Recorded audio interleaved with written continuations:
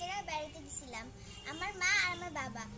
আর ওখান থেকে আমি অনেক কিছু দেখেছি আর অনেক কিছু কিনেওছি। সো আমি তোমাদের সাথে শেয়ার করব।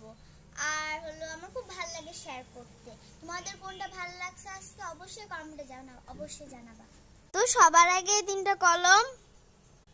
তো এই কলমগুলো অনেক চিকন, যেগুলো ড্রয়িং করতে খুবই সুবিধা হয়। এইগুলো ড্রয়িং এ ভালো লাগে, লিখতেও খুব সুন্দর লাগে, কারণ কি চিকন নিপ তো ভালো লাগে লিখতে অনেক। ও আমার তো এখন ওষুধ খাওয়ার টাইম হয়ে গেছে। তো এই যে আমার ওষুধ। মজা করলাম, এটা ওষুধ না, এটা একটা কলম। আর এই হাইলাইটার গুলো, এই যে এইগুলো বিভিন্ন রঙের হাইলাইটার।